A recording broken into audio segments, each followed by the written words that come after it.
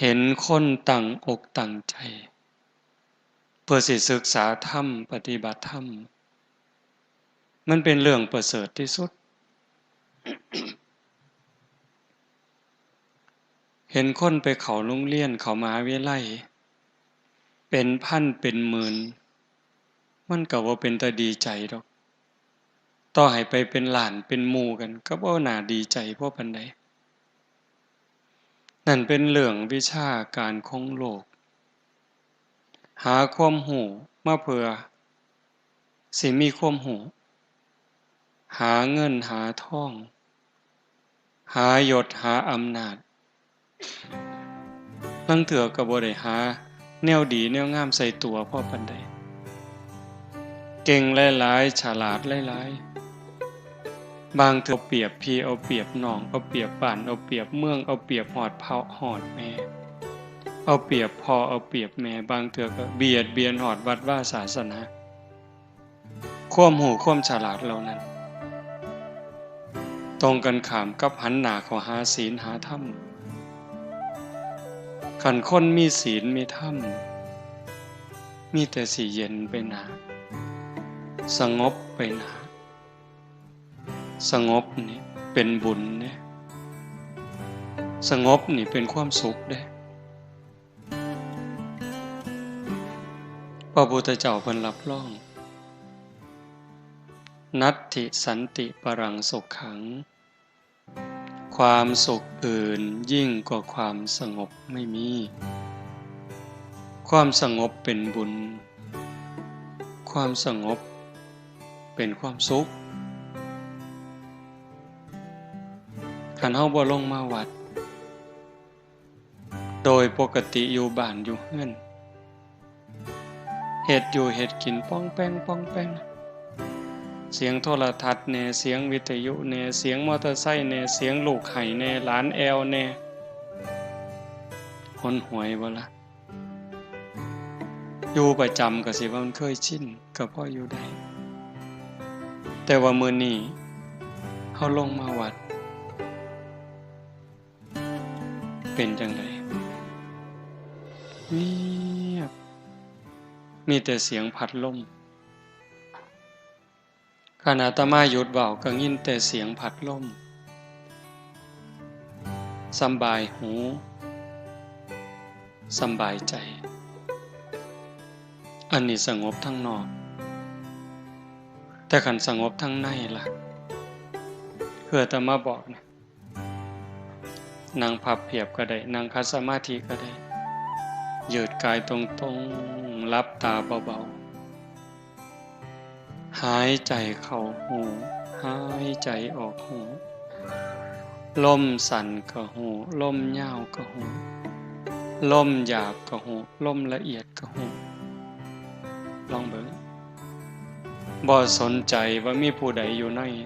ศาลานี้เนี่ยเฮ็ดคือก็มีเฮาผู้เดียวเนี่ยคือกับมีเฮาผู้เดียวนั่งเบิ่งลมหายใจมีสติไว้ที่จุดลมกระทบเวลาที่หายใจเข้ามันสิเย็นจักหน่อยหายใจออกมันอุ่นๆจักหน่อย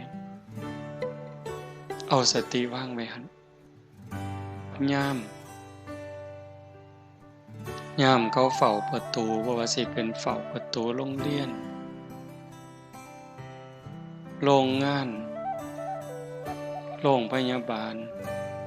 หรือบ่อนใดก็แล้วแต่ที่มีคนเข้าคนออกยามก็เฝ้าประตูซ่อมเบิ่งแต่คนเข้าคนออกเป็นผู้หญิงเป็นผู้ชายเข้าจักคนออกจักคนยามบ่ได้ตามไปดอกว่าคนเข้าไปทางในเขาเข้าไปเฮ็ดอีหยังเข้าไปทางนอกเขาไปหยังเขาไปไสบ่เกี่ยวเฮาตั้งสติไว้ที่จุดลมกระทบคือกันฮู้เพียงแค่ว่าลมเข้าลมออกลมสั้นลมยาวลมหยาบลมละเอียดนี่คืออุบายจริงๆใส่อันใดก็บ่ผิด เป็นอุบายผูกจิตให้มันอยู่กับองค์ภาวนาในเมื่อเอาเฮ็ดโดนไป5 นาทีผ่านไป10 นาทีผ่านไป20 นาทีผ่านไปกายก็เริ่มเบาจิตก็เริ่มเบาในเมื่อกายเบาจิตเบาความเย็นก็เกิดความสงบก็หลายขึ้นยิ่งสงบเท่าใดความสุขก็มีหลายเท่านั้นนั่นคือบุญ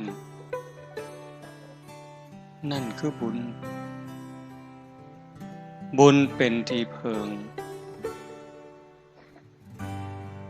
ปุญญานิปัลโลกัสสมิงปฏิทาโหติปานินังเพราะเหตุว่าบุญนั้นเป็นที่พึ่งของสัตว์ทั้งหลายในโลกหน้าพร้อมทั้งโลกต่อไปเพิงยังก็บ่ประเสริฐสำกับเพิงบุญเพิงผัวเพิงเมียเพิงลูกเพิงหลานเพิงพี่เพิงน้องกับเพิงใดในข้าวที่หักกันในข้าวที่หักกันในข้าวที่มีศีลมีธรรมในใจคันเวลาใดที่ศีลที่ธรรมจืดจางไปจากใจแล้วผัวกลายเป็นข้าศึกศัตรูเมียก็กลายเป็นข้าศึกศัตรูลูกเต่าเหล่าหลานญาติพี่น้องกลายเป็นข้าศึกศัตรูเฮาได้ยินข่าวอยู่ซุมื้อผัวขาเมียมันบ่น่าเป็นแต่มันก็เป็นเมียขาผัวลูกขาพ่อแม่ขาลูกพี่น้องญาติทรัพย์สมบัติขานั่นที่เพิงภายนอกว่าท่านมั่นคงถาวรอีหยังบ่ท่านปลอดภัยแต่ว่าบุญเนี่ยกลายเป็นที่เพิงให้ความสุขให้ความเอิบอิ่มใจให้ความเจริญก้าวหน้าในโลกนี้ก็ตามโลกหน้าก็ตามบุญเป็นสื่อของความสุขอย่างว่าคันเฮ็ดไว้หลายๆเฮ็ดไว้ดูๆเก็บเล็กผสมน้อยห้อมเต่าตื่มกันคันบุญหลายเด้เกิดมาในตระกูลครอบครัวที่ยากจนแต่ว่าโดนไปดีย้อนลูกสำบายย้อนลูกได้ผัวกับผัวดีผัวคุณได้เมียกับเมียดีเมียคุณ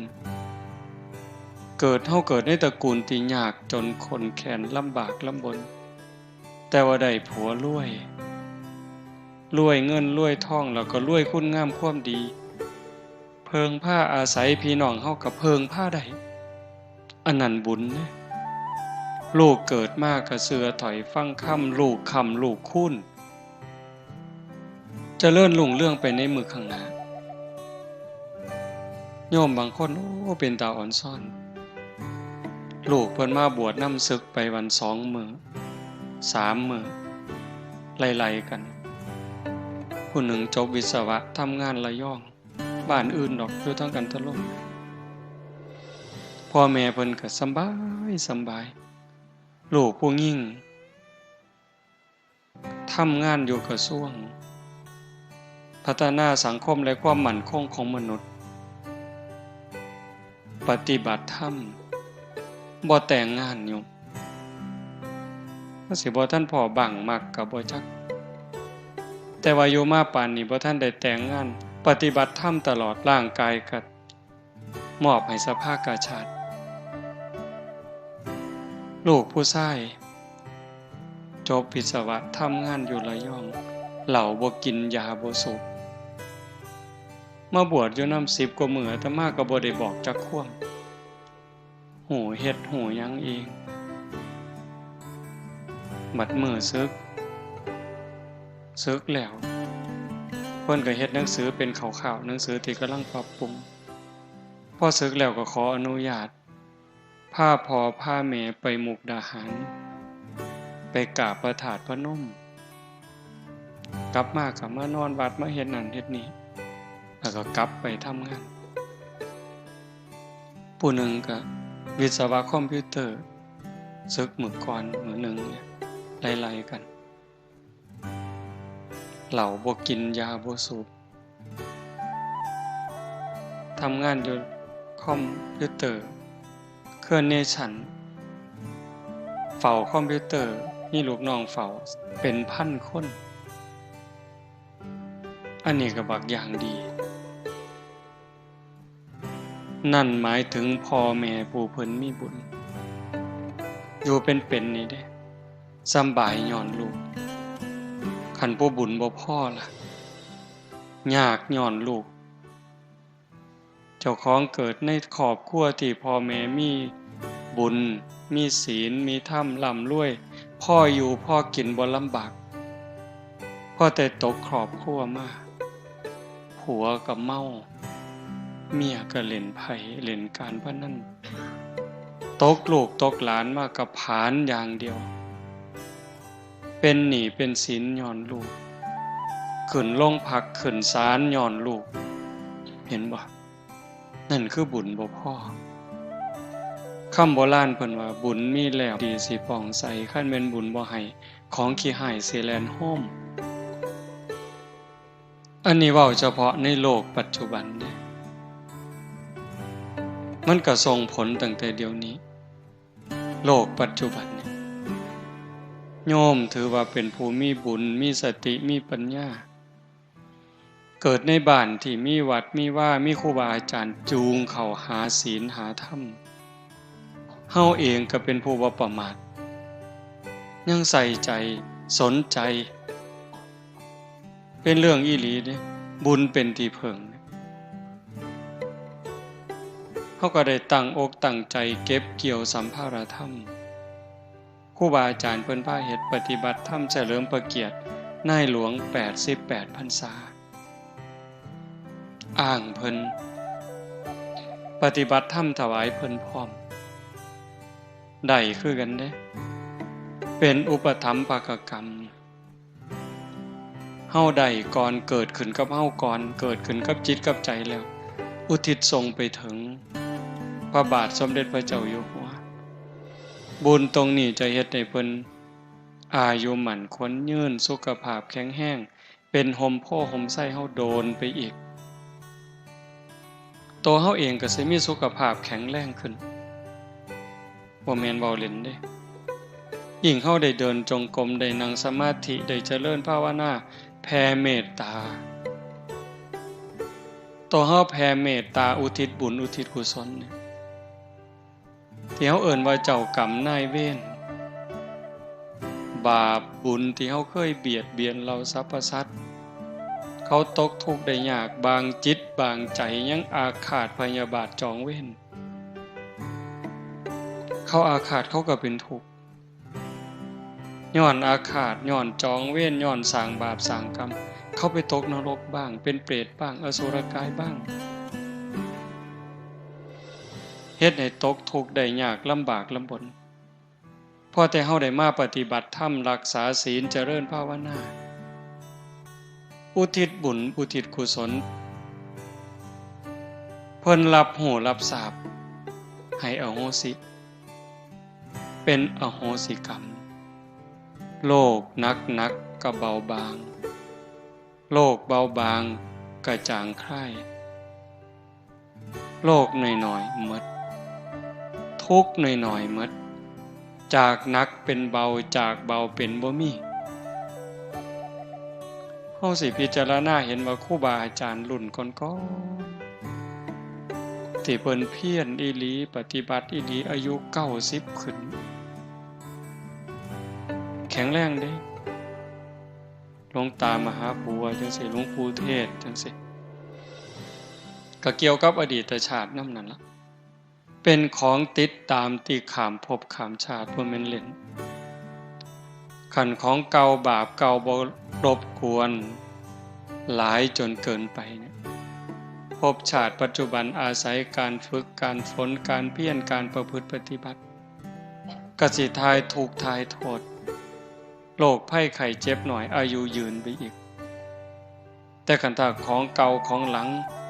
มันหลายโพดบาปกรรมเก่ามันหลายดวงจิตดวงใจประพฤติปฏิบัติได้ดียกจิตยกใจขึ้นสู่ภูมิศีลภูมิธรรมได้ร่างกายอาจสิเจ็บไข้ได้ป่วยนั่นคือมันหลีกบ่พ้นกรรมนี่ต้องได้รับยมสัพพังนรานังสัพพลังโสจินนังนกัมมุนาอกินจนะโมฆะมัตถิขึ้นชื่อว่ากรรมแล้วจะมากก็ตามจะน้อยก็ตามจะไม่ให้ผลนั้นไม่มีกรรมเป็นค่ำกลางๆบ่ดีบ่สัวเฮ็ดดีเป็นกรรมดีเฮ็ดสัวเป็นกรรมสัวบุญเป็นผลของกรรมดีบาปเป็นผลของกรรมสัวแต่ว่าหากโยกจิตโยกใจขึ้นสู่กระแสธรรมใดร่างกายได้รับแค่ผลแต่ว่าใจบ่รับนำคันเฮาจะเว้า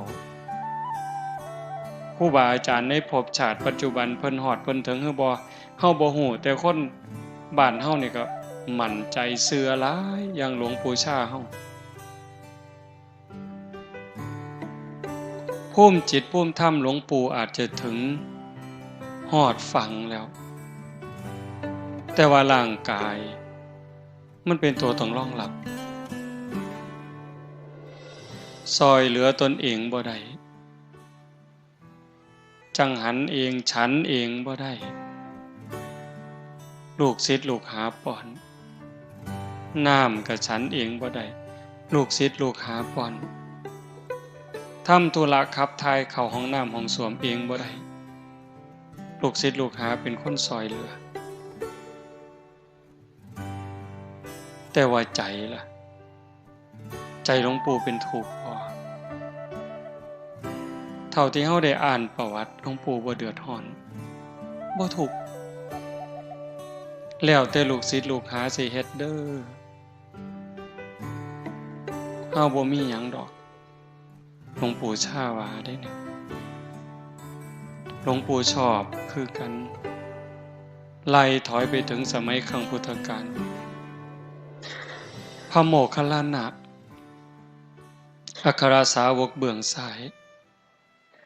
มีฤทธิ์หลายที่สุดในบรรดาสาวกน้อยหนาเพียงแค่พระพุทธเจ้าแต่พระมหาโมคคัลลานะก็ต้องถูกโจรทุบจนร่างกายแหลกละเอียดขันเป้าในพิสดารเนี่ยเพิ่นว่าเหาะหนีไปแล้ว3 เทื่อเพิ่นเนี่ยโจรมันมาล้อมกุฏิก็เหาะหนีกลับมาอีกมันก็ล้อมอีกหนีอีกมาอีกมาล้อมอีกหนีอีกสุดท้ายพิจารณาเป็นอีหยังมันจังสิมาล้อมขาล้อมตีเฮาแท้พิจารณาเห็นบาปกรรมเคยตีพ่อตีแม่ตั้งแต่อดีตชาติบ่หนีแล้วกรรมจะต้องได้รับ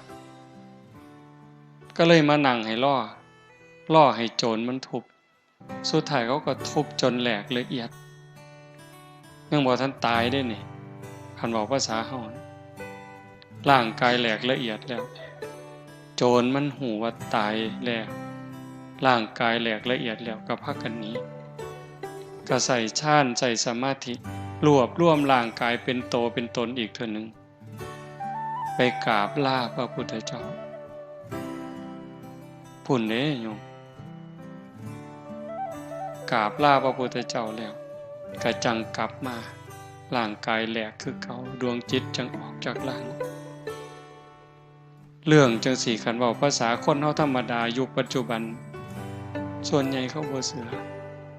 แต่ถามอาตมาได้บัดเชื่อบ่อาตมาเชื่อเป็นหยังจังเชื่อเพราะพระพุทธเจ้าตรัสเรื่องสัจธรรมตรัสเรื่องความจริงธรรมะเป็นสัจจะเป็นความจริงเป็นอากาลิโก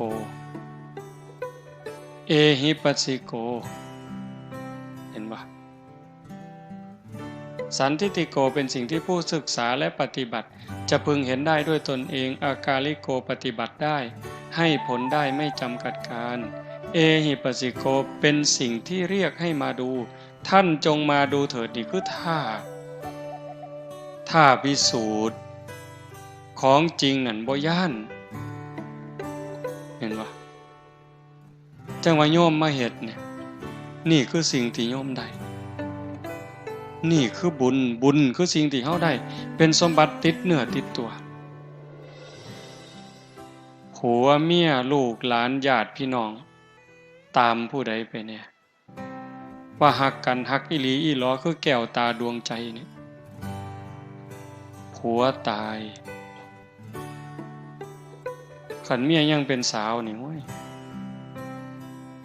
หอดบ่เป็นสาวปานใดแล้ว40 50ยังเอาผัวใหม่อยู่เด้บางคนผู้ลางคนบ่ทันตายได้ผัวโซ่ซื่อๆบ่เป็นตลอดมักบ่าวเสยเด้บ้านตาไห้บ่รับประกันละแต่ศรีสะเกษมีแล้วเว้ยเมียตายเอาเมียไหมลังเถื่อบ่ทันตายซ้ำบ่หาแต่โซ่จ้อยมันทำท่าเฒ่าซื่อๆนี่เว้ยแก่ง่ายตายช้าเพิ่นว่าลังเถื่อก็บ่ทันเฒ่าซ้ำดอกโบราณเพิ่นว่าก้นหม้อข้าวบ่ทันดำมันก็ปากันแล้วมักผู้ใหม่ซุมื้ออาตมาว่าบ่หาแต่ก้นหม้อบ่ทันดำดอกแกะถุงพลาสติกบ่ทันแล้วซ้ำเพราะมันบ่ได้นึ่งข้าวบ่ได้เฮ็ดกินซุมื้อนี้มันซื้ออาหารถุงแต่งงานปั๊บไปอยู่นำกันไปซื้อถุงอาหารมาแกะบ่ทันแล้วซะมันก็บ่ถูกตาแท้เนาะบัดนี้ว่าปาซ้ำโยมฝ่ายผู้แขนบ่ทันได้นับซะว่ามีจักเส้นไปคนละทางล่ะนั่นเห็นบ่สิเพิงได้จังได๋คันบ่มีศีลบ่มีธรรมเป็นเครื่องค้ำจุนใจแล้วมันเพิงบ่ได้แต่คันบุญล่ะเป็นที่เพิงผ้าอาศัยในภพชาติปัจจุบันในขณะเป็นได้ผัวกับผัวดีได้เมียกับเมียดีได้ลูกกับลูกดีเฮ็ดบ่พอได้ก็ได้บ่พอมีก็มีบ่พอเหลือก็เหลือโรคภัยไข้เจ็บหน่อยอายุก็ยืนบัดนี้ไปไสก็มีแต่คนหักคนแพงต่างกันเด้คนมีบุญกับคนบ่มีบุญผู้จังหนึ่งผู้บุญหลายบ่งามปานใดดอกแต่ว่าเบิ่งปานใดก็พอเบิ่งบ่อิ่มนะโยมบ่งามพอเป็นนางสาวไทยบ่พอเป็นพระเอกหนังดอกแต่ว่าเหลียวเบิ่งแล้วมันบ่อิ่มตามีเสน่ห์อยู่ในตัวลึกๆทำงานก็มีผู้ใหญ่เมตตาให้ความสนับสนุนนี่บุญเด้แม่นสิตายจากโลกนี้กลับไปสู่สุคติมีสวรรค์เป็นต้นเกิดใหม่ใส่บุญกินบุญทั้งสวรรค์เป็นร้อยวันพันปี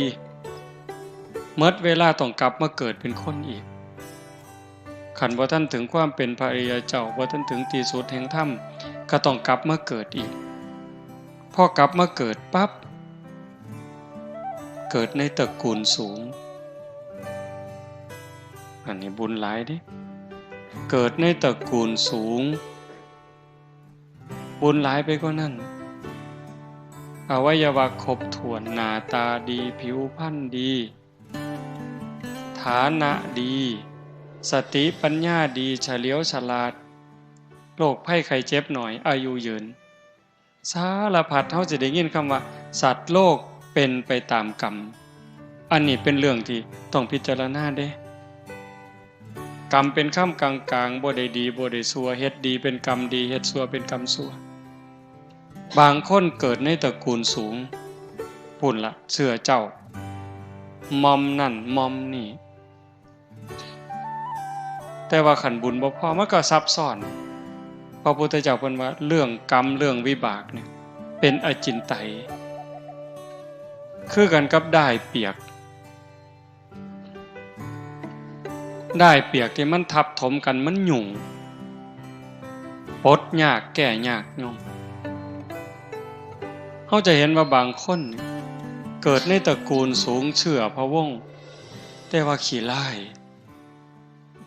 เห็นบ่เกิดในตระกูลสูงเชื่อพระวงศ์บางคนก็หน้าตาดี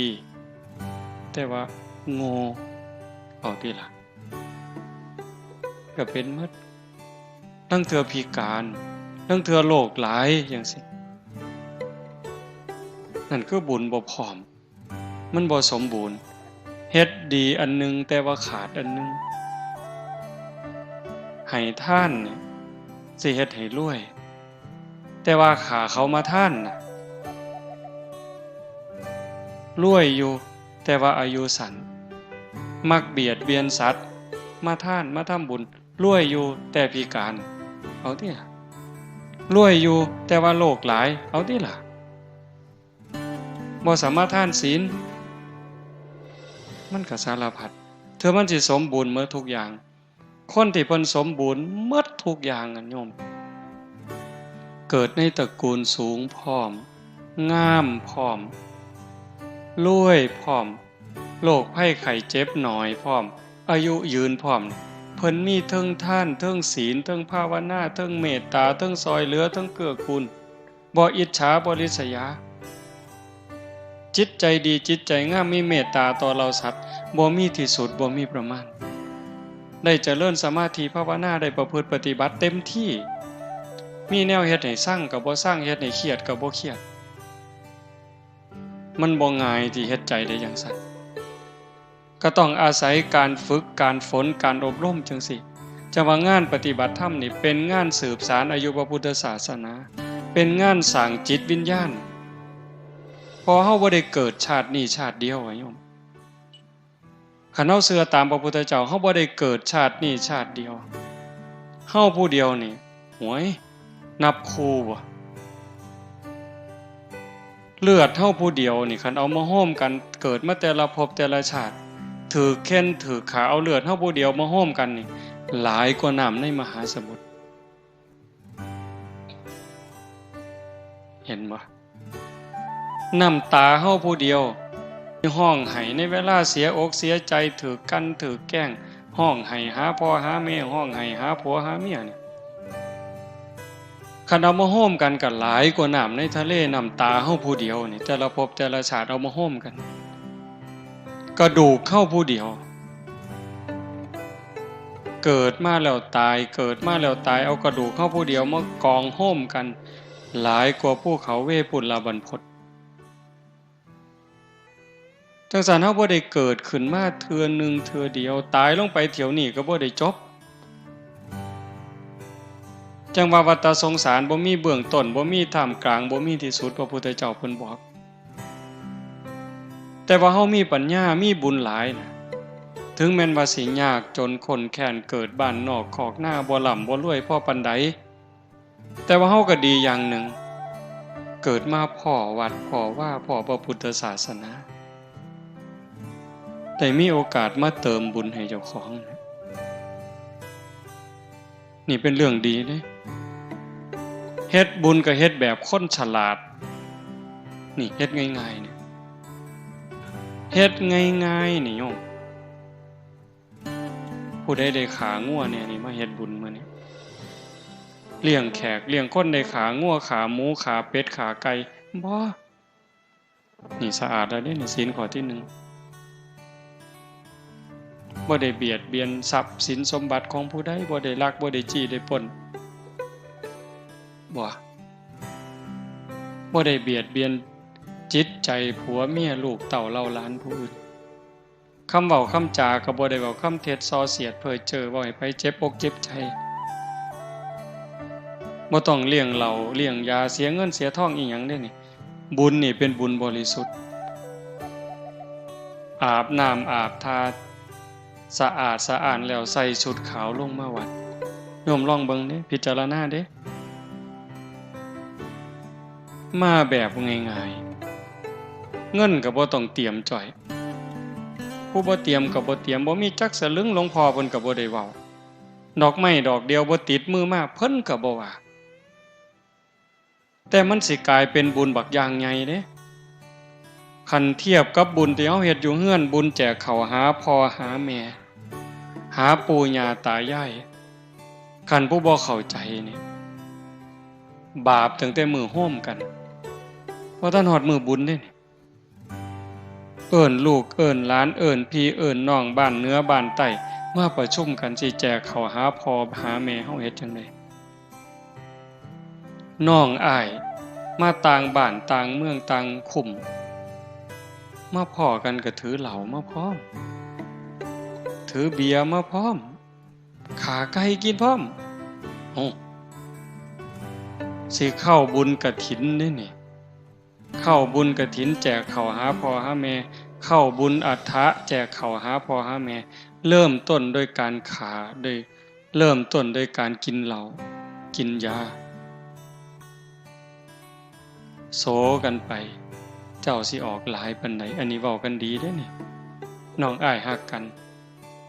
อ้ายสิออกหลายปานใดเอื้อยสิหลายปานใดน้องสิหลายปานใดล่ะ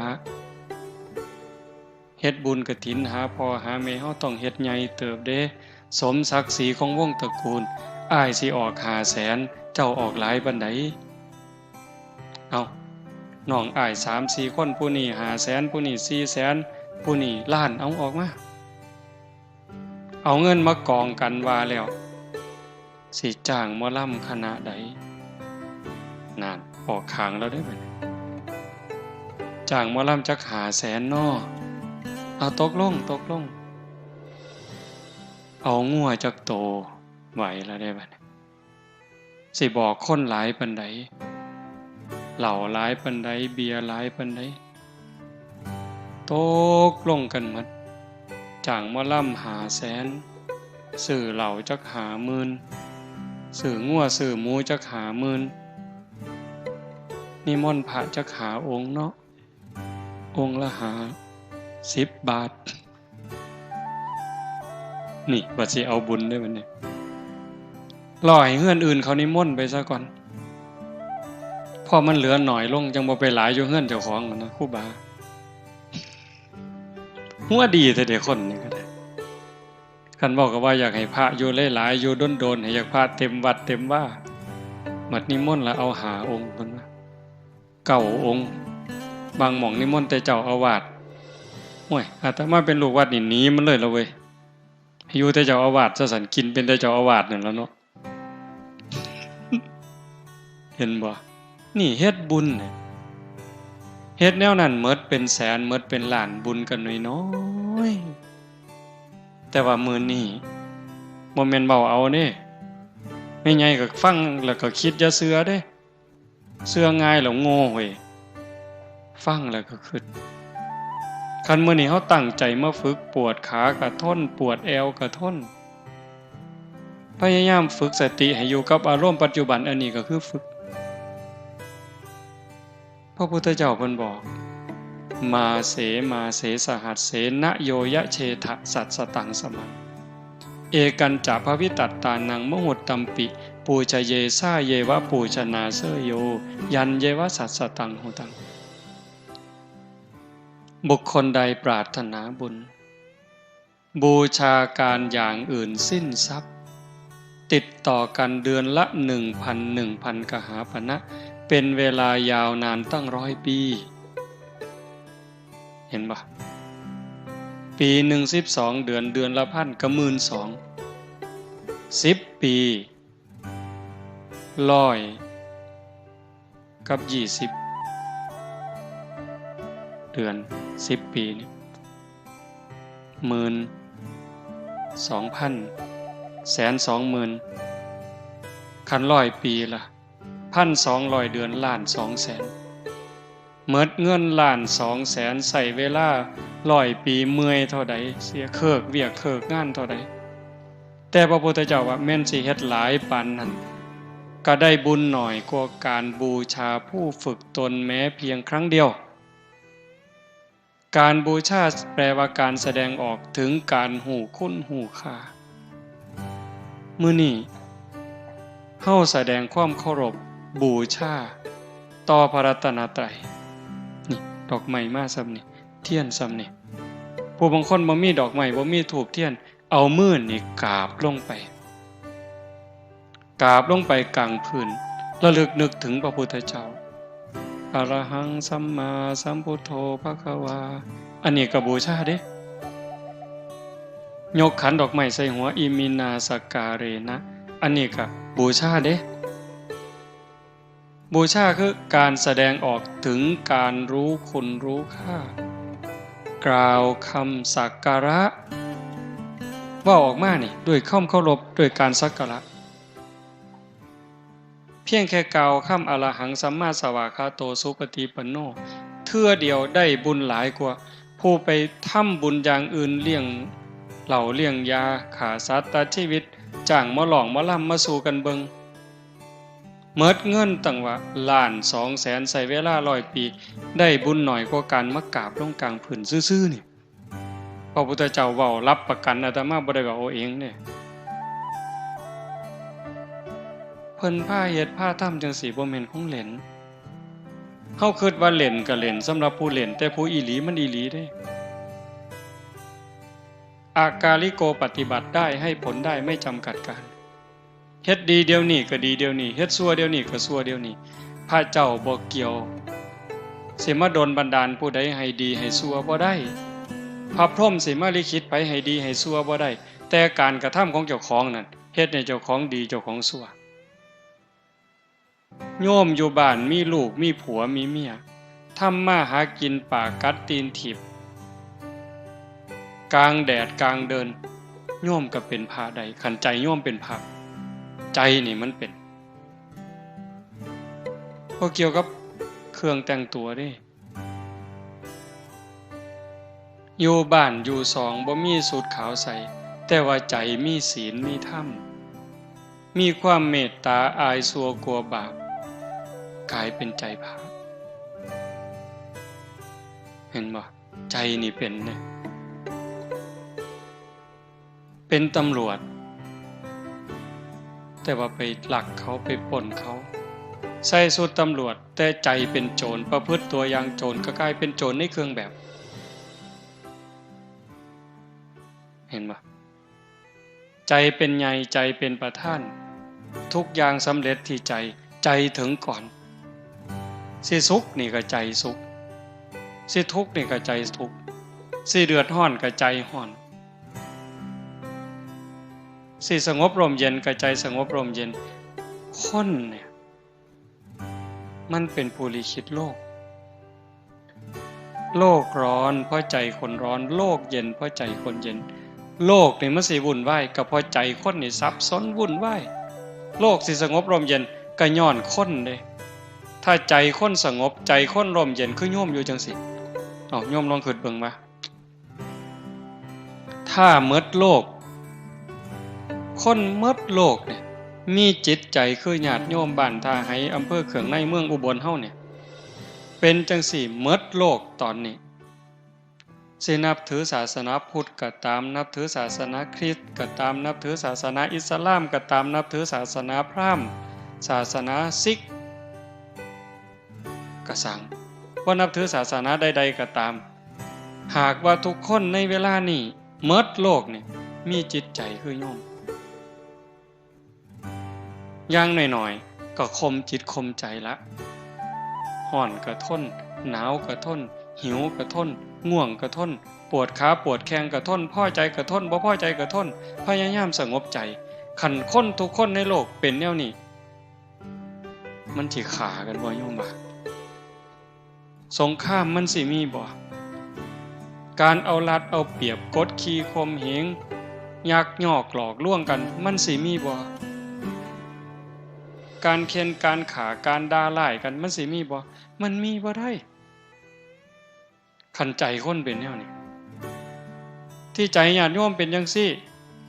ก็ย้อนโยมมีธรรมเป็นหยังโยมจังได๋มีธรรมก็ย้อนโยมไฟบุญเชื่อของคนงามความดีมันฝังมาในจิตวิญญาณโยมตั้งแต่อดีตชาติแล้ว เฮาบ่ได้เกิดมาชาตินี้ชาติเดียวอย่างว่ามันคอยสะสมคอยบ่มคอยเพาะเฮามีหน้าตาดีมีอวัยวะครบถ้วนมีสติมีปัญญานั่นคือบุญเก่าเฮาเอาบุญเก่ามาต่อเอาบุญใหม่ปุญเยนะปุญญังสังสรรธรรมนา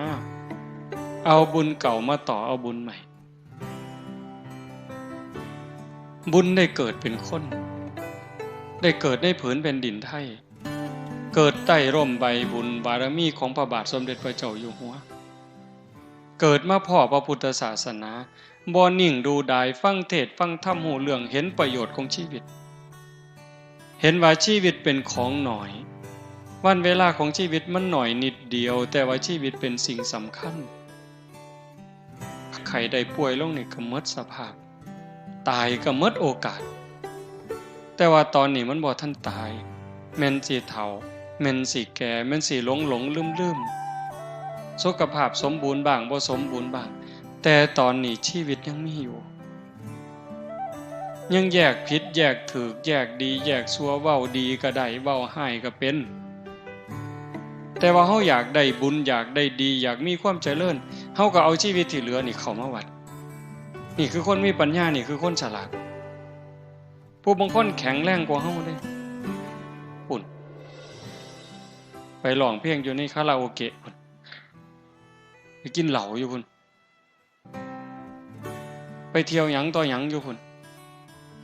บ่คิดน้ำศีลน้ำธรรมเลยอันนั่นก็ได้ของดีมากได้ร่างกายได้ชีวิตของความเป็นมนุษย์มาบักอย่างดีแต่ว่าบุญบ่พอเกิดมิจฉาทิฏฐิบ่ได้เชื่อว่าบาปมีบุญมีชาติหน้าชาติก่อนนรกสวรรค์อีหยังทำดีได้ดีมีที่ไหนพูดนักปราชญ์เก๋เพิ่นเว้าทำดีได้ดีมีที่ไหนทำชั่วได้ดีมีถมไปว่าซิผัวไผเมียไผลูกไผบ่ว่ามาแต่ได้แม่นดีสิขามศพคนไปก็ได้ว่าให้ได้ยศได้ตำแหน่งได้อำนาจวาสนามาสิขามหัวคนไปจะคนกูก็บ่งึดอันแนวนั้นได้มันเป็นร้อยล้านพันล้านแสนล้านก็สร้างโยมอย่าไปอ่อนซ่อนอย่าไปงึดมาเป็นร้อยล้านมีอำนาจขับโลกนั่นคือคนขาดทุนนั่นคือคนอาภัพมันสิได้ไปหยังล่ะยังเว้าบังหั่นดินดอนตอนหญ้าเฮือนซ่านบ้านซองรถล่ามาสร้างลูกเต่าผัวเมียไผสินำเจ้าไปเนี่ยเมิดลมหายใจกลับไปไผไปมันลังเทื่อบ่ทันตายซ้ำยังว่าบ่ทันโซ่บ่ทันไข้บ่ทันป่วยไปเป็นของผู้อื่นแล้วลูกว่าลูกเฮาเลี้ยงมาพาใหญ่หย่ำเขามกจกเขาป้อนบอกลังเทื่อบ่ฟังลังเทื่อมันเถียงเฮาหัวสักกินพุ่นเห็นบ่คันแม่นอยู่นำกันแม่นดีก็ตามต่อดีนำกันจนตายตายแล้วก็จากกันบ่ได้นำกันไปเจ้าของเฮือนเจ้าของบ้านซื้อในทะเบียนบ้านสถานะเจ้าบ้านตายปั๊บเขาก็เอาใบมรณบัตรบ่เกิน24ชั่วโมงมาตาใส่รถเด้ซื้อเฮาเป็นผู้ครอบครองโฉนดที่ดินนส.3 ตายปั๊บคันบ่ทันโอนบ่ทันหยังเขาก็ไปฟ้องคนตายลูกเขาได้นี่ฟ้องโยมคือบ่จะว่าหน้าเฮาก็ว่าหน้าเฮานะซาวมาเองซื้อมาเองเฮ็ดให้เฮ็ดหน้าก็เลี้ยงลูกเลี้ยงเต้าใหญ่ก้าหน้าบานมาบัดเฮาตายแล้วไปฟ้องเฮาเสยฟ้องคนตายว่าซั่นว่าสิเอาหน้าเฮาเด้นี่เห็นบ่มันบ่แม่นของไผนี่อันนั้นของนอกกายดอกของในตัวว่าเนี่ยกินข้าวกินน้ำเจ็บไข้ได้ป่วยก็ให้อยู่ให้ยาดูแลรักษาประคบประงมมันงอกก็ย้อมอันผมเนี่ยแขวมันหักมันหลุดก็เอาแขวปลอมมาใส่ผู้บางคนหนังมันเหี่ยวก็ไปยืด ไปดึงให้มันตึงไว้บัดตายแล้วปั๊บบัดผมเส้นเดียวก็บ่ได้กระดูกท่อนเดียวก็บ่ได้แขวเล่มเดียวก็บ่ได้ขี้เท่าเท่าปลายเข็มนี่บ่แม่นบ่ได้เป็นหยังจังบ่ได้มันบ่แม่นของเฮามันเป็นสมบัติของโลกร่างกายนี่เป็นของยืมมายืมจากดินจากน้ำจากลมจากไฟพ่อแม่ปั้นเอาดินน้ำลมไฟมาปั้นเป็นเนื้อเป็นตัวเป็นขาเป็นขี้งเฮาเพิ่นก็เอาดินเติมดินน้ำเติมน้ำลมเติมลมไฟเติมไฟเฮาก็จังใหญ่มาของที่เฮาหย่ำเฮาต้องเคี่ยวต้องหย่ำเป็นข้าวเป็นผักเป็นเนื้อเป็นขนมที่ต้องได้หย่ำแล้วก็กลืนผ่านลำคอลงไปปั๊บมันก็เปลี่ยนไปเป็นผมขนเล็บฟันหนังเนื้อเอ็นกระดูกตับไตไส้พุงนี่คือยืมจากธรรมชาติส่วนที่นำไปใส่ได้มันก็ใส่นั่นคือธาตุดินนะซ่อมแซมส่วนที่สึกหรอเฮ็ดให้เจริญเติบโตม่วนเป็นกากใส่ประโยชน์บ่ได้มันก็ทายออกมานั่นคือธาตุดินน้ำเฮายืมจากธาตุน้ำมาน้ำสมน้ำหวานน้ำสะอาดที่กลืนผ่านลำคอลงไปปั๊บมันก็ไปเป็นน้ำเลือดน้ำเหลืองน้ำหนองดำดีน้ำเสลดน้ำลายน้ำเหงื่อส้มเหลือใส่ก็เหี่ยวออกมานี่ก็คือยืมน้ำมาเป็นน้ำเติมน้ำไฟเติมไฟยังทำงานสืบต่อคนเป็นนี่ร่างกายอบอุ่นธาตุไฟยังร่างกายให้อบอุ่นเผาอาหารให้ย่อยทำร่างกายให้ทรุดโทรมคนสิตายปั๊บไม่ออกสิได้เห็นหลายกว่าอาตมาเย็นมาแต่ตีนบุญไฟดับได้นั่นหดเข่าหดแต่ตีนหดเข่าบางคนก็เย็นตั้งแต่หัวมากับตีนลวงเขาหากันจอดเขาไล่ใกล้เขามาหอดกันอยู่วางท้องเย็นจ้อยขันเย็นมัดโตแปลว่าตายไฟดับล่มดับเห็นบ่ยืมล่มมาเติมล่มหายใจเข้าหายใจออกนี่คือล่มยังเติมล่มยังทำหน้าที่ของเขาปกติแต่ขันเขาบ่ทำหน้าที่แล้วล่มคัดของป่วยคัดของซ้ำหน่อยซ้ำใดซ้ำหนึ่งนี่เจ็บไข้ได้ป่วยล่มเดินบ่สะดวกป่วยไข้แต่ขันอย่าหยุดเลยล่มหยุดเลยตายไฟบ่ปกติไข้ป่วยคือกันไฟทำงานบ่ปกติเย็นเกินไปก็ไข้ได้ร้อนเกินไปไข้ได้ขันพอดีเฮาก็จังเป็นอยู่จังซี่ลมผิดปกติก็ตายไฟผิดปกติตายน้ำผิดปกติป่วยตายน้ำท่วมปอดเป็นจังไดเห็นบ่ล่ะเหี่ยวบ่ออกเอ้าผิดปกติตายธาตุดินบ่ปกติป่วยไข้ตายคือเก่าอันนี้คือเฮายืมเข้ามาคันถ้าบุญมีเขาก็บริหารไปปกติถึงเวลาเมื่อเวลาก็ตายเอาโลดแต่คันถ้าบุญบ่พร้อมเจ็บไข้ออดแอดร่างกายเป็นของยืมแต่ว่าโลกนี่เป็นสถานที่ที่เฮามาเยี่ยมชั่วคราวบ่ได้มาอยู่ถาวรบ่ได้มาอยู่ตลอดไปโลกเป็นเหมือนกับศาลาพักร้อนไม่ใช่ที่อยู่อันถาวรของใครบ่มีผู้ใดเซ็นสัญญาว่าสิมาอยู่จักเดือนจักปีจักสิหมดลมมื้อใดจักสิจากมื้อใดบางเทื่อบ่ได้สั่งบ่ได้ลาดีๆอยู่นี่โยมแข็งแรงอยู่นี่ละกินข้าวกับลูกกับผัวกับเมียนอนแล้วบ่ลุกเว้าแล้วเว้าอีกเนี่ยก่อนปีใหม่โยมเมืองอุบลบ้านขามใหญ่คนบุญบักอย่างคักเด้อเนี่ยอาตมาได้เฮ็ดถนนก็เอาแบบอย่างเพิ่นนี่แหละเป็นโยมเนาะหลายปีแล้วเพิ่นนิมนต์อาตมาไปเทศน์ ส่วนพี่ส่วนน้องทอดผ้าป่าเทถนนจากหมู่บ้านไปสู่หมู่บ้านเทถนนคอนกรีตหมู่ก็เฮ็ดน้ำเล่าบักอย่างคักอยู่เด้จากนั้นมาอายุก็บ่ทันหลายดอก58 ปีมีสวนแบบจังสิไปเฮ็ดมีบ้านหลังหนึ่งอยู่สวนก็ไปเฮ็ดศาลาขึ้นในสวนเจ้าของเฮ็ดกุฏิเฮ็ดห้องน้ำส่วนหมู่มาปฏิบัติธรรมวันพระในพรรษาก็พากันเป็นอยู่ไปอยู่พรรษาบัดฮอดมื้อวันพระหรือมื้อวันเสาร์อาทิตย์ก็ส่วนหมู่ไปสังฆทานวัดนั่นวัดนี่นำครูบาอาจารย์หลายจังหวัดออกพรรษาก็ร่วมกันเฮ็ดกฐินปีละ10กอง9กองบัดปีนี้วางไกลๆวันพอก่อนวันพอเนี่ยประมาณวันที่6ได้ไปเผาอาตมาได้ไปเผาเพิ่นอยู่ดีๆนี่โยมขับรถไปหาหมออยู่อุบลเนี่ยจักแม่นไปบนใดดอกก่อนรู้สึกว่าบ่สบายก็ขับรถไปเองไปหาหมอเพิ่นก็ตรวจเกล็ดเลือดต่ำหมอว่าให้นอนเพิ่นก็เลยบอกหมอว่าผมนอนบ่ทันได้ดอกครับ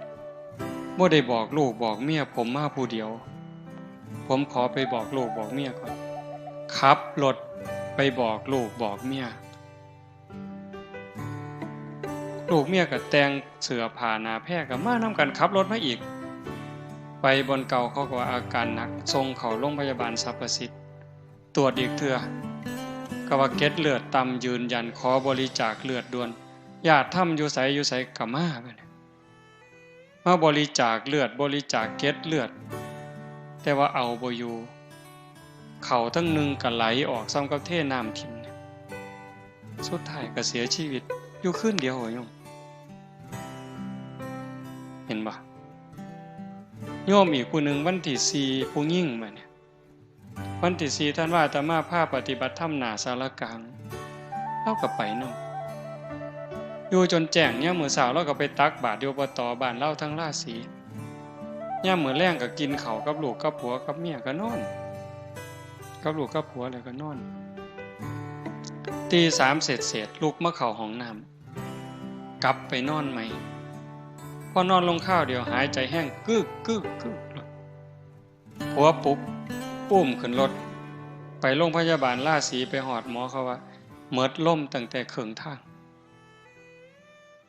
อันนี้บ่ได้สั่งบ่ได้ล่าได้คนบุญบักคักได้นี่ทอดผ้าป่าทอดกฐินสร้างวัดสร้างพระพุทธรูปใหญ่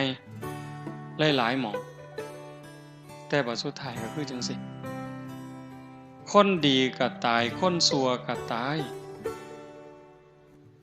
แต่ว่าเฮาสิตายแบบคนดีเฮาสิตายแบบคนชั่วมันบ่จบโยมคันตายแล้วมันจบเนี่ยอาตมาก็สิเศร้าเว้าแต่หึงแต่มันบ่จบเด้งานจังซี่เป็นงานฝึกงานบุญอย่างอื่นมันก็ได้แต่บุญนะเฮาฟังเข้าใจบ่สวดมนต์วางแรงอาตมาเชื่อว่าสวด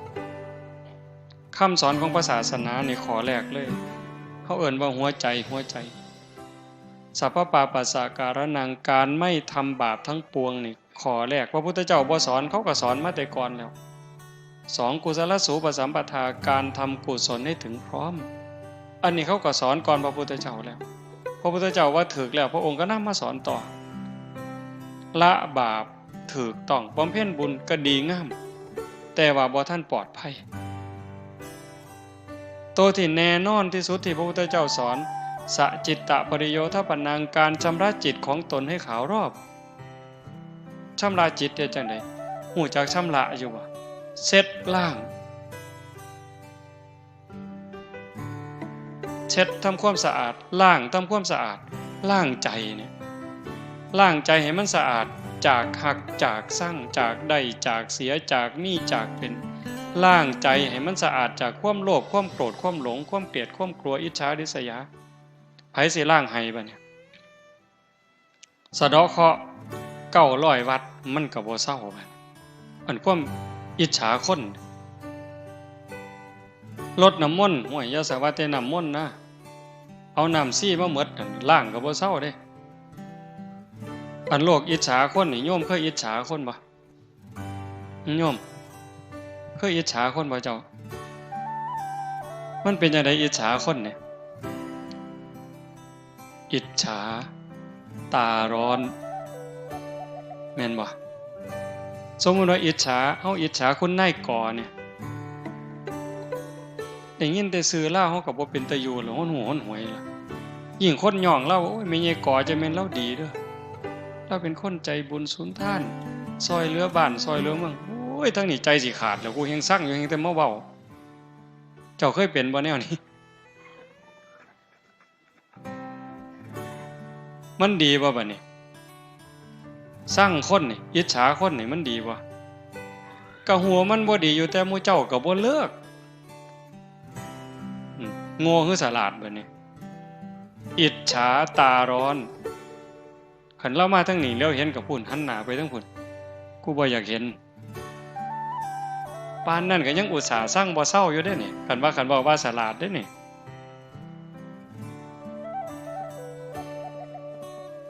ให้ล้างใจตรงนั้นจากล้างสั่ง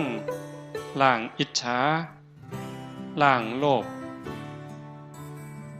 ล้างฮอดดีประสุดท้ายให้จิตมันอยู่เหนือดีเหนือชั่วคือโยมนั่งสมาธิผู้นั่งมาตั้งแต่ต้นอาตมาบอกมาชั่วโมงนึงแล้วคือบอกข้าวเดียวว่าสิเว้าน้อยๆถูกยาดีบ่บัดนี้เนาะ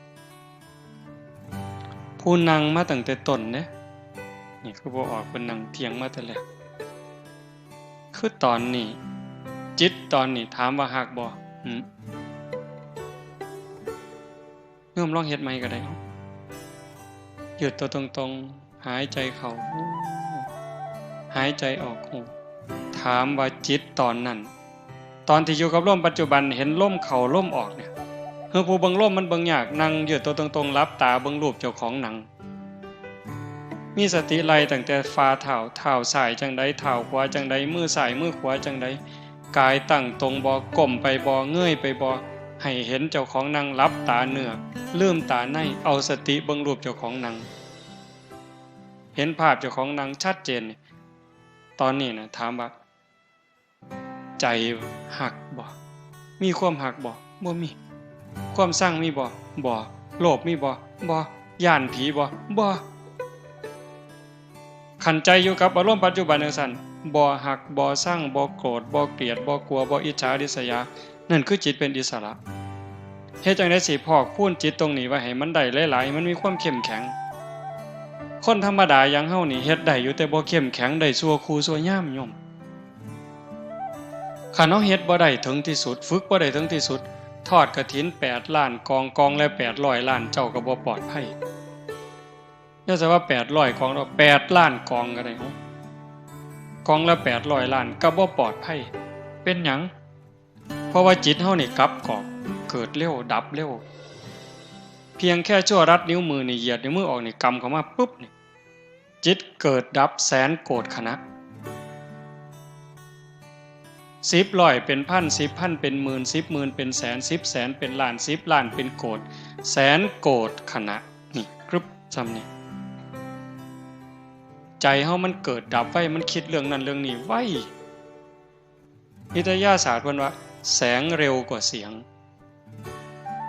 ฟ้าเหลื่อมศรีสะเกษนี่ปั๊บปุ่นจัก2นาทีปุ่นจังสิดังมาฮอดบ้านตาหายจังสิฟ้าห้องหึมมาฮอดพี่เหลือมึงก็วนแป๊บๆยังขี้ไล่ก็ครึ่งนาทีจังสิหึมเสียงฟ้าห้องดังมาฮอดที่จริงมันเกิดพร้อมกันระหว่างแสงกับเสียงเนี่ยสปาร์คปั๊บเกิดเสียงปั๊บแสงแวบพร้อมกันแต่ว่าการเดินทางของเสียงน่ะมันช้ากว่าแสงไว้ไปโลดแสงนั่นแต่บ่สู่ใจมีไงบ่สู่ใจคนจิตคนเนี่ยจิตบ่มีรูปร่างบ่มีโตบ่มีตนกวัดแกว่งดิ้นรักษายากสัญจรไปไกลไปคนเดียวบ่ได้ส่วนกันคิดเด้เบิ่งมันเร็วส่ำใดผู้ใดเคยไปกรุงเทพ เคยทำงานกรุงเทพขึ้นฮอดโรงงานเคยไปอยู่เห็นฮอดแล้วแม่นบ่นี่ไหวบ่ผู้ใดเคยไปเชียงใหม่ขึ้นปุ๊บฮอดแล้วนี่เห็นบ่นี่ย่างย่องๆเชียงใหม่แล้วหุ่นย่างอยู่ดอยสุเทพแล้วเอ้าย่างดอยเดินอินทนนท์แล้วนี่เอ้าผู้เคยไปเด้ผู้เคยไปอินเดียปุ๊บผมฮอดแล้วนั่นเอ้าพุ่นกราบพระอยู่พุทธคยาพุ่นผู้เคยไปอเมริกาปุ๊บฮอดแล้วเห็นบ่นั่นคือใจเป็นหยังจังเว้าเรื่องนี้งานปฏิบัติธรรมนอกจากสิเป็นบุญนี่สำคัญที่สุดคือฝึกใจให้มันอยู่กับเจ้าของให้กายกับใจทำงานอันเดียวกันอยู่หน้าที่อันเดียวกันเพื่อป้องกันหยังป้องกันบ่ให้เจ้าของเป็นทุกข์บ่ให้เจ้าของเดือดร้อนอยู่ในเวลาปัจจุบันนิยมเวลาเฮาสิหักเด้เวลาสิหักเวลาสิสั่งเวลาที่เครียดสิขมสิย่านสิกลัวก็ย้อนตาเห็นแล้วก็ทรงใส่ใจหูได้ยินแล้วก็ทรงถึงใจจมูกได้กินก็ทรงใส่ใจกายสัมผัสก็ทรงใส่ใจลิ้นได้รสก็ทรงใส่ใจใจประมวลภาพมีหักมีโกรธมีเกลียดมีกลัวใจมันเป็นผู้รับเอาทั้งดีทั้งชั่วทั้งบุญทั้งบาปเป็นจังได๋บัดนี้ที่อาตมาเว้าข้างไว้วังนึงว่ากระดูกเฮาผู้เดียวก็สูงใหญ่กว่าภูเขาเวปุลลาบรรพตน้ำตาเฮาผู้เดียวก็หลายกว่าน้ำในมหาสมุทรเลือดเฮาผู้เดียวก็หลายกว่าน้ำในทะเลคันเอามาร่วมกันแต่ละภพแต่ละชาติอีหยังมันไปเกิดร่างกายตายแล้วก็เผากับฝังนี่ร่างกายขึ้นในธรรมชาติแต่ว่าจิตใจวิญญาณมันเดินทางต่อหอบบุญหอบบาปไปสำคัญที่สุดบัดนี้สิมีสุขมีทุกข์ในปัจจุบันเป็นอยู่นี่คันเฮามีสติฝึกได้ดีเห็นลมเข้าลมออกชัดเจนตาเห็นปั๊บ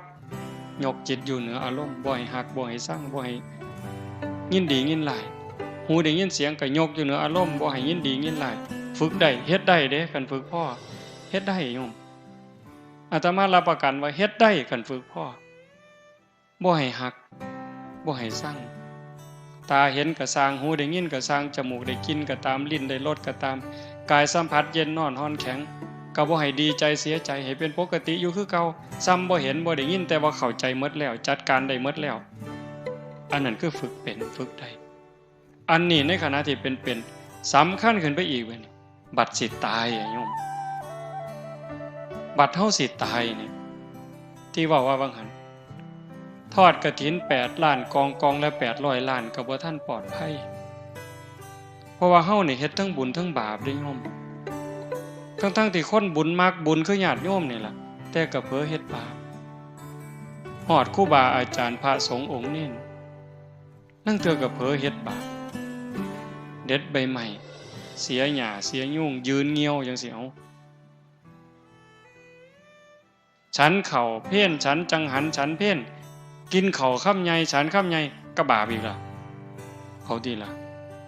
ฉันไปนำว่าไปนำก็บาปอีกแล้วกัดข้ามเข่าก็บาปอีกแล้ว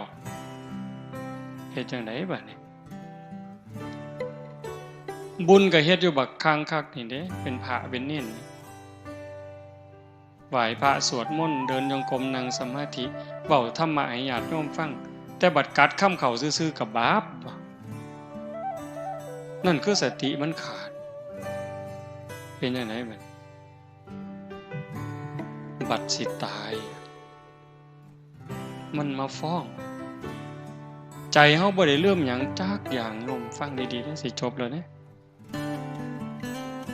จิตเฮานี่บ่ได้เริ่มหยังจักอย่างมันบันทึกข้อมูลที่เฮาเฮ็ดมาด้วยกายวาจาใจที่ถึงพร้อมด้วยเจตนาความคิดคำเว้าการกระทำใดๆตั้งแต่เฮาจำความใดถึงพร้อมเจตนามันถูกบันทึกไว้ในใจเฮาหมด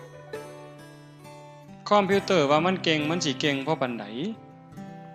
ไวรัสกินข้อมูลเสียมิดปล่อยซ้อยไวรัสกินข้อมูลในคอมพิวเตอร์ข้อมูลเสียหายแต่ว่าใจเฮานี่โยมมันบ่ได้ลืมหยังจักอย่างโยมเพียงแต่ว่ามื้อนี้เฮาบ่เห็นซื่อคันโยมได้นั่งสมาธิได้เดินจงกรมฝึกจิตฝึกใจไปจักระยะหนึ่งมันจะเริ่มจ จำได้เรื่องเล็กๆน้อยๆคอรอแคแลจอกรอแคแลจำหมดจำไปพุ่นล่ะฮอดนอนในกระด้งพุ่นโอ้ยอาตมาจำได้อะโยมบ่คิดว่าสิจำจักเม็ดจักสิจำมาเฮ็ดหยังเนาะของจังซั่นนอนในกระด้งเพิ่นเอาสมุดกับดินสอไว้เทิงหัวมีมีดโกนอยู่เทิงหัวแม่เพิ่นป้อนข้าวเลิกศีลมาไว้ครึ่งเขาเอาตีนลูกกับตีนแม่ไปนำกันเอาหัวลูกหนุนเขานี่ยำข้าวมกไว้ตองเหย้านี่จำได้บักดีเลยเด้นี่เอาหางซ่อนตักมาเอาป้อนใส่ปากต้อยหน้าต้อยหลังเธอสิกลืนข้าวหมดคำนึงเอามือจุ่มน้ำในโอ่ยดใส่ปากป้อนเขาบ่ทันแล้วขี่ใส่ขาเพิ่นบ่สั่งบ่เครียดลางมื้อป้อนเขาบ่ทันแล้วเฮาบ่ทันอิ่มซักผู้เขาใหญ่กว่าเอื้อยเขาผู้เขาเป็นเอื้อยแล่นมาญาติกินข้าวหมกจื้อได้จักสิจื้อไม่เป็นประโยชน์อีหยังอันของจังซั่นอันนี้บอกว่ามันบ่ลืมถ้ามาจำได้ย่างน้ำก้นโยมแม่เป็นเด็กน้อยกำลังย่างเป็นหาบเพิ่นหาบกระตาหน้ามันสิฟังนึงมันสิเป็นแอนกลางเป็นคู่ทั้งปีเป็นโน่นซ้ายทั้งนี้เป็นโน่นสิขึ้นมาบ้านย่างมากำลังยกขาขอมกันแท้โยมแม่เพิ่นว่าสิพาไปอยู่บ้านพ้นขาวไปอยู่น้ำปูน้ำยาจำได้จักสิจำให้มันเป็นอีหยังอันนี้เรื่องจังสี่บ่ถึงว่าเป็นบาปเป็นกรรมแต่ว่าเรื่องที่เฮาฆ่าสัตว์ตัดชีวิตไปอูฐกินนู่นผู้ใดเคยอูฐกินนู่นเนี่ยสอนหวกสอนปลาลูกคอกได้เม่งนะข้าวสารผู้ใดเคยเป็นแน่นี่สอนแพร่กระแงงได้เม่งข้าวสารนี่ยัดใส่ปากเลยโอ้ได้กุ้งเต้นจับหนวดมันไว้กัดกินเลยบ่ไปใส่ได้ย่ายนี่มันถ้าเอาเฮาหมดได้นี่สอนได้หัวขี้โพบีบขี้แตกแก๊ดหัวกบบีบไว้ปัญญังหัวขี้โพบ่เอาบันไดหัวเขียดไก่หน้านี่มันบ่มีขี้บันไดแฮงได้ดีจักล้านโตแล้วเจ้าหมดแดงดินมันขึ้นมาบนกินเขาอยู่ใต้ตารางเฮือนอยู่ใกล้เถียงหน้าต้มน้ำร้อนเทลวกนั่นเสร็จหมดนี่ม่วนหมู่นี่แง่หมดแดงลองเบิ่งหายหนูบัดนี้อาตมาได้เฮ็ดน้ำพุ่นผ้าเฮ็ดเนาะไปเกี่ยวเขาพ่อหนูจังสิปุ่มเฟื่องอัดไว้หม่องนึงเทน้ำหายบัดนี้แล่นออกมาถือขวานไม้มูดเอาบัดนี้ได้หลายตัวแฮงแต่หมานบัดนี้บ่ฮู้ว่าบาปจักเม็ดได้ใหญ่ลองเบิ่งติล่ะคนปานนั้นนี่ไปเอาต้อบัดนี้พูนกกใหม่บักสูงนึงผู้ใหญ่เพิ่นก็ขึ้นเอาไฟอูดไฟล่นได้ห่วงมันลงมาอาตมาเป็นเด็กน้อยก็แกะบัดแกะเอาลูกมันใส่คุไปแกะถือคนนึงแม่มันวิวออกมาใส่หัวเอาตกให้หน้าบ่ได้ห้องบ่ได้สั่งเลยตกให้หน้าท้วนโลดเป็นจังไดบัดจื้อมาหมดบัดนี้แต่กี้บ่จื้อเด้นี่วัดมาบวชนี่มาจื้อขอรอแค่แลเล็กๆน้อยๆสิ่งเหล่านี้มันสิเอามาฟ้องเฮาบัดยามเฮาเจ็บยามเฮาเจ็บยามเฮาไข้ยามเฮาสิตายมันสิเอาแนวหมู่นี้มาคันใจเฮานึกเห็นภาพบ่ดีใจขาดปัดตอนนั้นไปบ่ดีก่อนไปนรกก่อนที่จริงบุญก็บ่ไปไสล่ะบุญอยู่หั่นล่ะแต่ว่าใจมันไหลลงต่ำตามใจน้ำสิไหลลงตามหอมบ่ทันไหลกอดขึ้นเวียนเกี่ยวสู่ดอยแนวดีแนวงามบ่คิดแต่แนวบ่ดีเด้ดำรินี่พระพุทธเจ้าเพิ่นจึงสอนให้ในมรรคมีองค์8สัมมาสังกัปโปดำริชอบดำริออกจากกามเลยข้อที่1เลยนี่อวิหิงสาวิตโปดำริออกจากการบ่ เบียดเบียนนำหลีออกจากการบ่มุ่งร้ายนั่นคือทางถูกแต่ว่าใจคนล่ะยอมซ่อมเบิ่งเจ้าของได้โยมคนวัดคนว่าคนเฒ่าปานนี้ล่ะใจมันคิดเรื่องหยังคิดเรื่องกามบ่รูปรสเสียงสัมผัสอยู่ซื่อๆจิตมันสิไปคิดแต่เรื่องจังซั่นเกลือกกลัวอยู่จังซั่นออกจากเรื่องกามรูปรสกลิ่นเสียงล่ะเบียดเบียนสิไปเอาของผู้ใดสิไปโกงเอาของผู้ใดคันบ่จังซั่นปั๊บผู้ใดมันเฮ็ดหยังให้กูพยาบาทได้บัดนี้ผู้นั้นมันเคยว่าให้กูผู้นี้มันเคยเอาเปรียบกูผู้นั้นมันเฮ็ดพี่กูน้องกูอันนั่งสมาธินี่อาตมาเคยเว้าหมู่อาตมาก็เป็นอยู่ดอกแต่หันบ่ทันเว้าปานเล่าอาจารย์สมคิดจันนิ่งหนองไปนั่งนำกันอยู่วัดพิษป่านแก่งอำเภอเขมราชไปนำกันปีนั้นหลายองค์นั่งสมาธิชั่วโมงนึงอะโยมนั่งอยู่ชั่วโมงนึงนำกันก็เที่ยงที่รีไปก็ได้วัดหลวงพ่อใหญ่เพิ่นแผ่เมตตาแผ่เมตตาอย่างดีเด้นี่สัพเพสัตตาสุขิตาโหนตุอเวลาโหนตุว่าไปพอแผ่เมตตาจบไหว้พระเลิกสมาธิเป็นจังไดอาจารย์สมคิดเว้าความแรกขออภัยนะโยมอยากเตะปากผู้ใหญ่บ้านเด้ว่าซั่นอ้าวเป็นหยังล่ะเครียดให้ผู้ใหญ่บ้านเพิ่นก็เป็นเจ้าอาวาสเพิ่นปั่นไฟแห้งบัดนี้ยุคนั้นทุกวัดเขาสิมีห้านหมอลำแม่นบ่ล่ะรุ่นอาตมาไปอยู่สกลนำอาจารย์สมภพใหม่ๆมันคักเด้บ่ได้ย่านตายจักเม็ดได้ตอนนั้นอาจารย์สมคิดคือกันบ้านเพิ่นอยู่อุดรอำเภอศรีธาตุม่างห้านหมอลำเขาเพิ่นเดินหมอลำกับปลูกกกไม้ใส่เดินวัดผู้ใหญ่บ้านเขาเอางัวมาลามซุมื้อเพิ่นก็ไปผูกกกไม้ใส่ที่บัดเอาไปมาพวกทั้งพระผูกกกไม้บัดนี้ผู้ใหญ่บ้านเขางัวมาลามพิษกันหลายผู้นึงกับปลูกผู้นึงกับงัวมาลามสู่กันอยู่เป็นพรรษาออกพรรษามาผู้ใหญ่บ้านกับพาลูกบ้านพาพี่พ่อน้องเขามาไล่เพิ่นหนีบัดหนีมากกระเซิงมากบัดนี้ไปปฏิบัติธรรมนำกันนั่งสมาธิชั่วโมงนึงแล้วก็คือเห็นแต่ผู้ใหญ่บ้านเอางัวมาผูกใส่กกไม้ลาวที่บัดนี้ออกจากสมาธิก็อยากเตะผู้ใหญ่บ้านทนตัวบัดนี้เบิ่งติล่ะแทนที่นั่งสมาธิจิตสิสงบจิตสิเย็นมันสิมียุบหนอพองหนอพุทโธอีหยังเกิดเห็นแต่หน้าผู้ใหญ่บ้านที่ลี่อยู่ตั้งแต่เดิมนั่นคือใจโยมรักษามันง่ายบ่เจ้าว่าพยาบาทบัดเฮาสิตายมันเป็นจังซี่ปั๊บโอ้ยโยมพระกับพระไผกับไผไปเลยนรกอย่างเดียว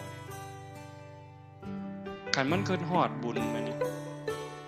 เห็นภาพเจ้าของนั่งสมาธิเห็นภาพแม่ขาวพ่อขาวหลายๆใจขาดตอนนั้นเจ้าบอกว่าข่อยบ่ไปข่อยอยากลงนรก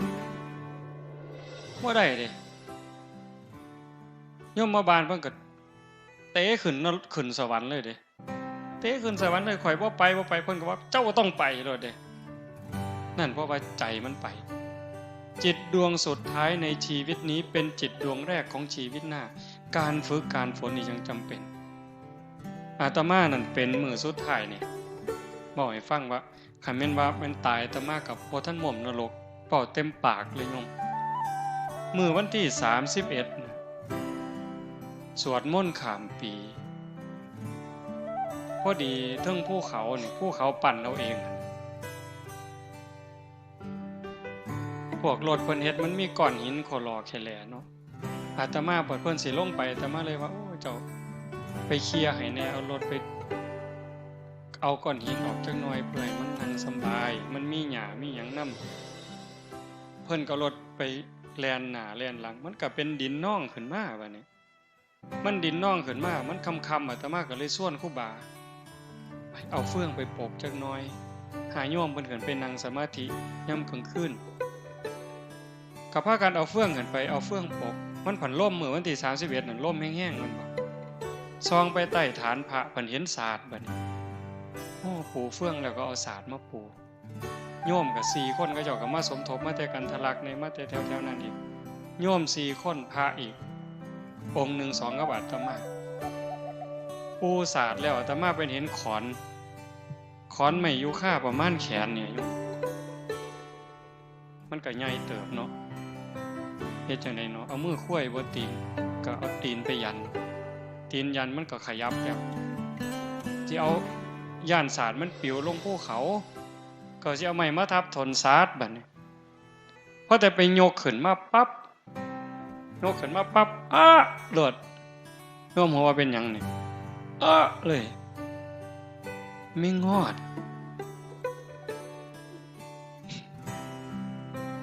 มันตอดจำได้บัดนี้เพราะว่าตอนไปอยู่วัดป่าโน่นกุลมใหม่ๆปี2ปีนั่นไม่งอดตอดซุมื้ออยู่กันกุฏิมุ้งหญ้าเนาะหม่องเตียงนอนก็เอาไม้เลี่ยนล่ำนี่ญาติโยมเพิ่นมาตีให้มันก็หกมันก็ตัดกัดซุมื้อไม้ถางปลาเป็นเดินก็มากองเป็นฟืนต้มน้ำร้อนก็ไปห่อปั๊บก็ปั๊บจื้อได้เพราะปัญญัง20กว่าปียังจื้อได้อยู่ปั๊บไม่งอดว่าซั่นหม่องสำคัญที่อาตมาเว้าให้ฟังนี่ก็คือว่าอาตมาก็ฝึกบ่พอ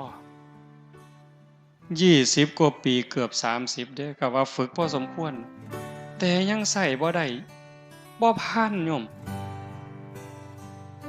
ห้องแต่เบิ่งเหิงอันไม่งอดตอดนั่นอันนี้เพิ่นมาพากรรมฐานเด้นี่ไปเทศน์ให้คนฟังก็บอกให้เจริญสติเด้นี่เขาเอิ้นเป็นอาจารย์เขาเอิ้นพ่อครูเพิ่นลังมองแต่ว่าโง่บ่บัดเนี่ยมีงอดตอดแล้วหลงห้องบ่ฮู้โตเลยเพิ่นว่าห้องก็บ่พอได้บัดนี้อันขอนอยู่ในมือจักถิ่มแต่เบิ่งเหิง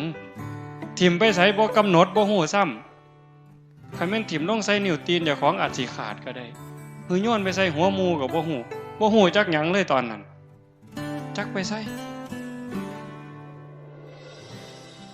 มาฮู้สึกโตอีกเทื่อนึงตอนห้องแล้วก็เลยว่าโอ้เจ็บเว้ยแต่ว่าอย่าทุกข์นะเจ้าอย่าควรอย่าข้างเด้ให้เจ้าฮู้ซื่อๆใครแม่นตายมันไปฮอดโลกใดเหรอโยมตกนรกตั้งแต่แล้วซาปานนั้นผ่านไป 2-3 นาทีจังมีสติจังตั้งได้อันเว้าจังสิให้คิดได้บัดย้านอาตมาย้านบัดนี้ย้านหลังตายทุกข์ในขณะที่ตายว่าทุกข์ในขณะที่เป็นมันทุกข์เห็นอยู่แต่เฮาทนได้ทุกข์จากพ่อตายแม่ตายผัวตายเมียตายลูกหลังพัดภาคเฮาทนได้อยู่เป็นไข้เป็นหนาวปวดแขวทนเจ็บท้องออกลูกก็ว่าพ่อตาพ่อจือโยมก็บ่จือนี่คือมันชินเห็นบ่แต่ว่าทุกข์หลังตายล่ะนรกล่ะเป็นแนวใดเปรตเป็นแนวใดคันตามตำราเนี่ยมันเป็นตาย่านแท้จังว่าเพิ่นพาเฮ็ดงานจังซี่ปฏิบัติจังซี่ให้โยมตั้งใจมื้อนี้ซ้ำมาฝึกกลับไปอยู่บ้านอยู่เฮือนนั่นคือสนามรบวัดนี่มันเป็นบ่อนฝึก เก่งก็เก่งอยู่บ่อนฝึกแล้วมวยมันซ้อมอยู่ค่ายมันเตะก็สอบปานสิขาดตกเตะเป้าก็ปานสิขาดใส่หมู่พุ่นล่ะแต่ว่าขึ้นเวทีนี่ขาสั่นเที่ยๆยกขาก็บ่ขึ้นยกกำปั้นก็บ่ขึ้นจากมัดหนักก็กลายเป็นหนักมัดไปโลดดอกอันนี้มาวัดนี่มานั่งสมาธิหลับตามิ่งๆนี่บ่มีผู้ใดห้ายเจ้าเนาะพระก็มีแต่ย่องเจ้าก็สบายใจดีอันนี้มันสนามฝึกลบไปเฮือนผัวก็จมเอาลูกก็แอวเอางัวก็ออกคอกก็ร้องเบิ่งเอามันสิเป็นหยังบัดนี้กรรมฐานเจ้ามันสิเหี่ยไปฮอดไสเจ้าว่า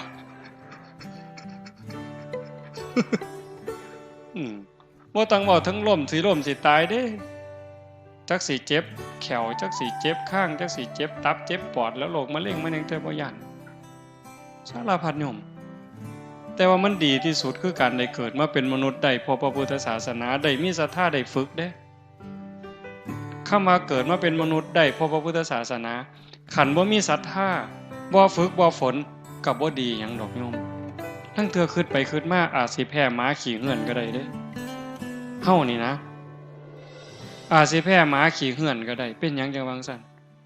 หมาขี่เหื่อนมันเกิดมาใส่กรรมมันตายชาตินี้ตายปั๊บมันอาจจะไปเกิดเป็นเทวดาก็ได้อันคนเฮาผู้หล่อๆผู้งามๆนี่ผู้อยู่ดีกินดีแต่ว่าจิตใจบ่มีศีลบ่มีธรรมนี่ไว้ตายปั๊บมันอาจจะไปเกิดเป็นหมาขี่เหื่อนก็ได้แลกกันก็ได้เด้อบัดนี้ฝ่าวเฮ็ดเด้อบัดนี้ผู้เฒ่าเด้อญาติโยมเด้อฝ่าวเฮ็ดบุญน้อยๆก็ฟัง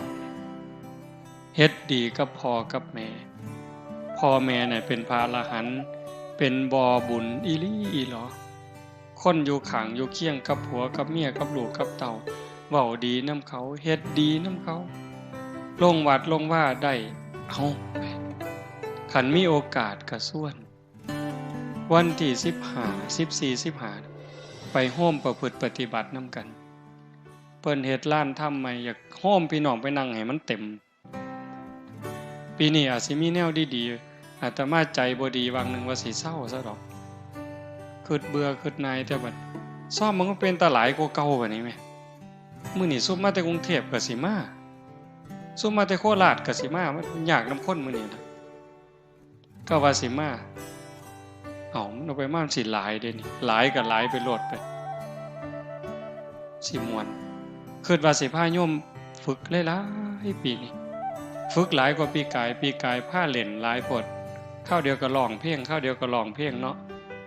นี่ก็สิมีบ่มีก็บ่ฮู้แล้วแต่ว่าจะพาปฏิบัติให้หลายขึ้นเพื่อเห็นแล้วว่าเฮานี่บ่ปานใดไม่งอดตอดก็ลงห้องจักสิห้องให้มันเป็นหยังก็ปวดซ้ำเก่านะบ่ห้องแล้วก็แล้วแต่นั่นคือขาดสติจังว่าต้องฝึกต้องฝนต้องเขี่ยวเจ้าของให้เต็มที่ว่าได้สรุปได้ว่าบ่มีผู้ใดซอยไผเจ้าของซอยเจ้าของกันฝึกได้ก็เอาตัวรอดคันฝึกบ่ได้ก็เอาตัวบ่รอดเข้าใจเนาะมื้อนี้สมควรแก่เวลาใช้เวลามาชั่วโมงครึ่งโยมขออนุโมทนาสาธุกับคณะสงฆ์ครูบาอาจารย์ญาติโยมสุโขสุคนท้ายที่สุดก็ขอรัตนาอังอิงอำนาจแห่งคุณพระศรีรัตนตรัยคุณของพระพุทธเจ้าพระธรรมพระสงฆ์และอำนาจแห่งบุญกุศลคุณงามความดีที่มีทั้งหมดทั้งมวลในสากลจักรวาลจงหลอมร่วมเป็นตบะเป็นเดชะเป็นพลวปัจจัยอำนวยหนุนทรงให้ครูบาอาจารย์ญาติโยมทุกท่านจงเป็นผู้เจริญงอกงามในภาษาธรรมคำสั่งสอนขององค์สมเด็จพระบรมศาสดา